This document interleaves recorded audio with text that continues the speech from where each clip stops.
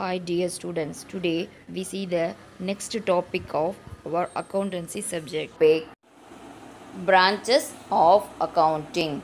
Depending on the informational needs of various users, accounting information, several branches of subfield of accounting has been developed.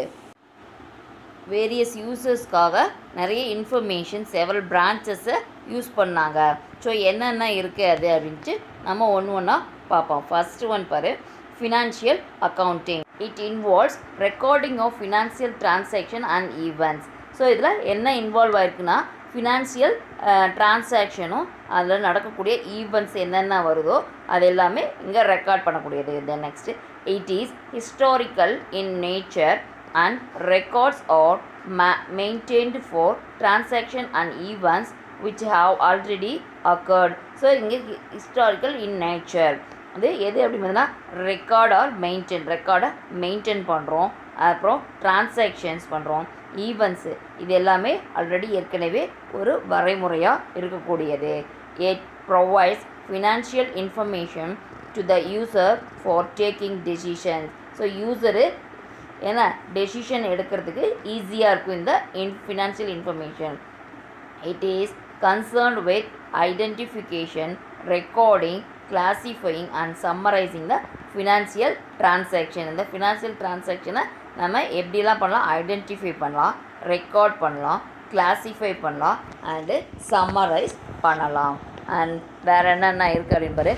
And events and end up with the preparation of financial statements. Financial statement prepare பண்ணலாம். Namely அதுக்கு பேர் என்ன இருக்குது அப்படின்னு பார்த்தீங்கன்னா trading and profit and loss account. Trading account, profit and loss account. அதுக்கு வேறு என்ன பேர் அப்படின்னு பார்த்தீங்கன்னா இன்கம் ஸ்டேட்மெண்ட்னு பேர். அண்ட் பேலன்ஸ் ஷீட்டு நம்ம தயாரிப்போம். தென் next one, cost accounting. It involves the collection, recording, classification and appropriate allocation of expenditure for the determination of the cost of products or service and for the presentation of data for the purpose of cost control and managerial decision making. So cost accounting அப்படின்னா அந்த பொருளுடைய அடக்க விலையில் கணக்கிடுதல். So அது எப்படி இருக்கும், அந்த பொருளுக்கான சேவை சர்வீஸ் எப்படி இருக்கும், அந்த பொருளுக்கான அடக்க விளைச்சோ, அதாவது அந்த பொருள் ஒரு 10 ரூபாய்க்கு தயார் பண்ணுறோம் அப்படின்னம்னா அதுதான் அந்த பொருளுடைய அடக்க விலை. அதுக்கப்புறம் நம்ம சேல்ஸ் 15 ரூபாய்க்கு விற்கிறோன்னா அதில் லாபம் செலவு எல்லாமே இன்க்ளூட் ஆகி இருக்கக்கூடியது தான் என்ன அப்படின்னு பார்த்தீங்கன்னா அடக்கம்.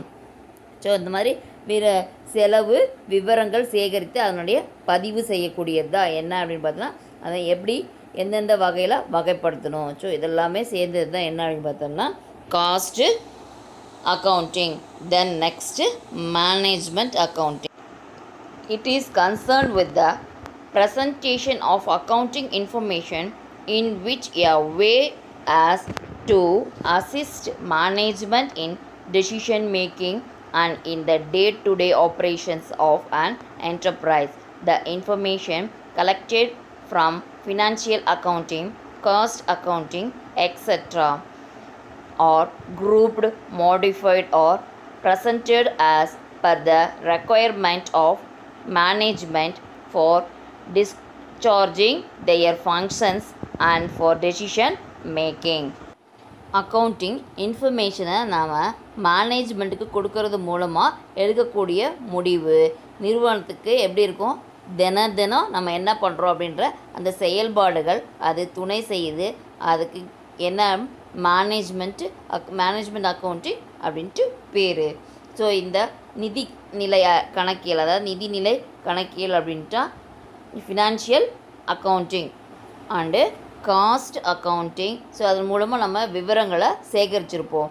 அந்த சேகரித்த விவரங்களை நம்ம யாருக்கு தரோம், நிர்வாகத்தினுடைய தேவைக்கு ஏற்ப அதை நம்ம வகைப்படுத்திக்கிட்டு அதை மட்டும் அப்படியே இருக்காமல் மாற்றமும் செய்கிறோம். தேவையானதை எடுத்துக்கிட்டு தேவையில்லாததில் மாற்றங்கள் செஞ்சு அதை நிர்வாக பணிக்காக, அதாவது மேனேஜ்மெண்ட் ஒர்க்குக்காக நம்ம திருப்பி முடிவெடுப்பதற்கு ஈஸியாகவும் இருக்கும் அப்படிங்கிறதுக்காக கொண்டு வர்றது தான் என்ன அப்படின்னு பார்த்தோம்னா management accounting. Then next one, Social responsibility accounting. It is concerned with presentation of accounting information by business entities and other organizations from the viewpoint of the society by showing the social costs incurred such as environmental pollution by the enterprise and social benefits such as infrastructure development and employment opportunities created by them.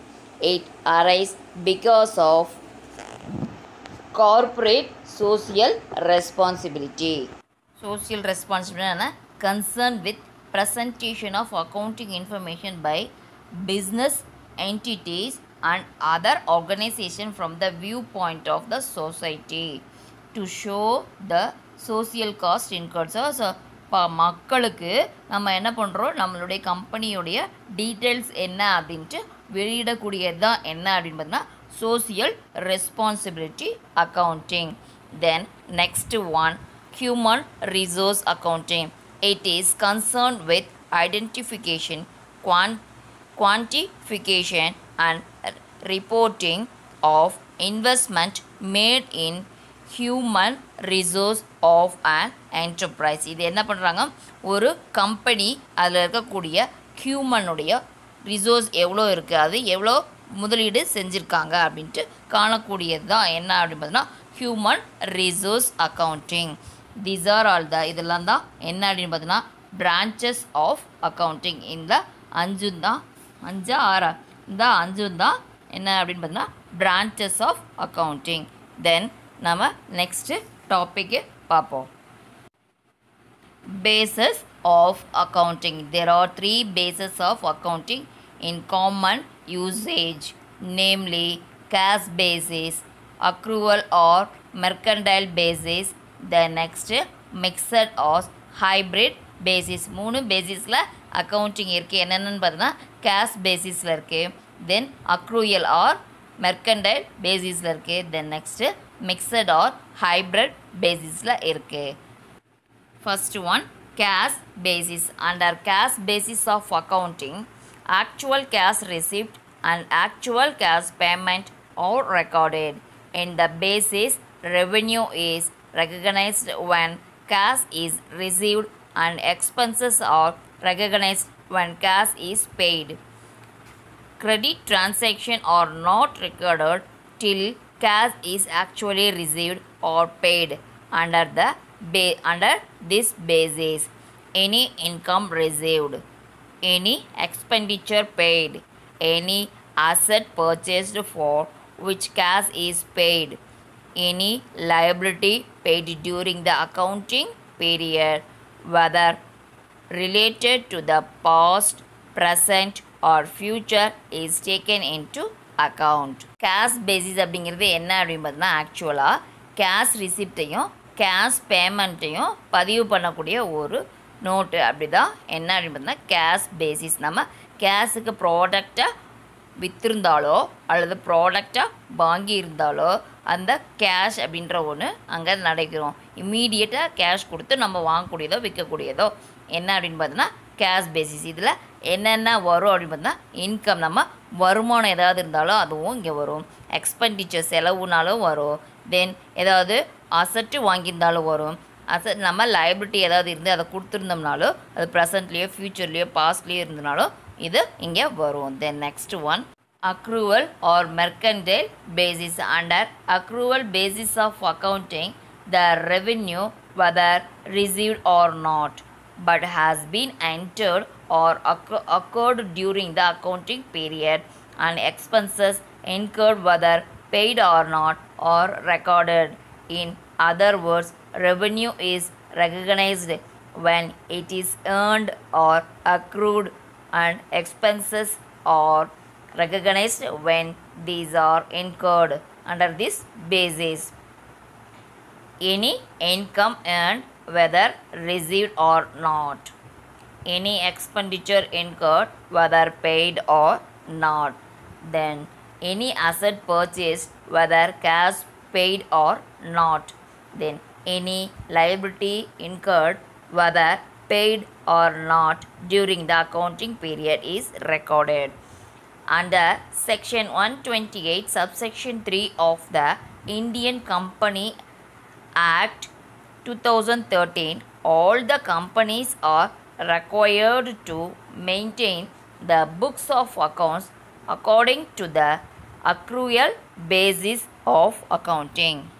Mercantile பேசிஸ்னால் என்ன சொல்கிறாங்க அப்படின்னா, இதில் வரக்கூடிய இன்கம்மை கேஷாக வாங்கியிருந்தாலும் இல்லது கேஷாக வாங்க இருந்தாலும் சரி, கேஷாக செலுத்தியிருந்தாலும் கேஷாக செலுத்த வேண்டியதாக இருந்தாலுமே அதை என்ன பண்ணணும், அந்த இயரில் அக்கௌண்டிங்க்கு கணக்குக்கு கொண்டு வரணும். அது என்னென்ன அப்படின்னு பார்த்தோம்னா, ஸோ இன்கம் ஏர்ன்டு, இன்கம் நம்ம வருமானம் அது என்ன பண்ணியிருக்கோம், பெறப்பட்டிருந்தாலோ அல்லது பெற வேண்டியதாக இருந்தாலோ, income earn whether received or not, receive பண்ணியிருந்தாலும் சரி பண்ணாமல் இருந்தாலும் அதை இந்த கணக்குக்கு கொண்டு வரணும்.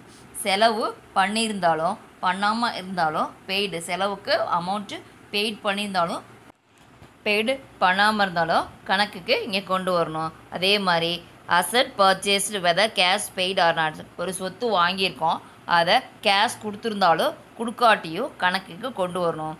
Then liability incurred the whether paid or not during the accounting period. So ஒரு லைபிலிட்டி இருக்குது, அது நம்ம கணக்குக்கு அமௌண்ட்டை கொடுத்தாலோ கொடுக்கலினாலோ கணக்குக்கு கொண்டு வரணும். இதெல்லாம் எந்த செக்ஷனில் இருக்குன்னா, கம்பெனி இந்தியன் கம்பெனிஸ் ஆக்ட் எப்போ கொண்டு வந்தாங்க, எப்போ இருந்தது அப்படின்னா 2013 இருந்தது. அது அண்டர் செக்ஷன் 128 சப்செக்ஷன் 3 பிரகாரம் இது நடக்குது. Then next one, hybrid or mixed basis. This basis is combination of cash basis and accrual basis of accounting. Under mixed basis of accounting, both cash basis and accrual basis are followed. Revenues and assets are generally recorded on cash basis, whereas expenses and liabilities are generally taken as accrual basis. Hybrid is otherwise called as mixed basis. கலப்பு, அதாவது ரெண்டும் கலந்தது. எந்த ரெண்டும் அப்படின்னு பார்த்தோன்னா, நம்ம லாஸ்ட்டாக பார்த்தா ரெண்டு டாபிக் என்ன பார்த்தோம், cash basis and accrual or mercantile basis. இது ரெண்டும் மிக்ஸ் ஆகி வரக்கூடியது தான் என்ன அப்படின்னு பார்த்தோம்னா ஹைப்ரிட் ஆர் மிக்சட் பேஸ். இதில் இன்கமும் அசட்டும் எதை பேஸ் பண்ணி இருக்குது அப்படின்னா கேஷ் பேசிஸில் நம்ம ரெக்கார்ட் பண்ணணும். அதே மாதிரி எக்ஸ்பென்சஸையும் லைபிலிட்டிஸையும் அக்ரூயல் பேசிஸ், அதாவது மெர்கண்டைல் பேசிஸில் நம்ம ரெக்கார்ட் பண்ணணும்.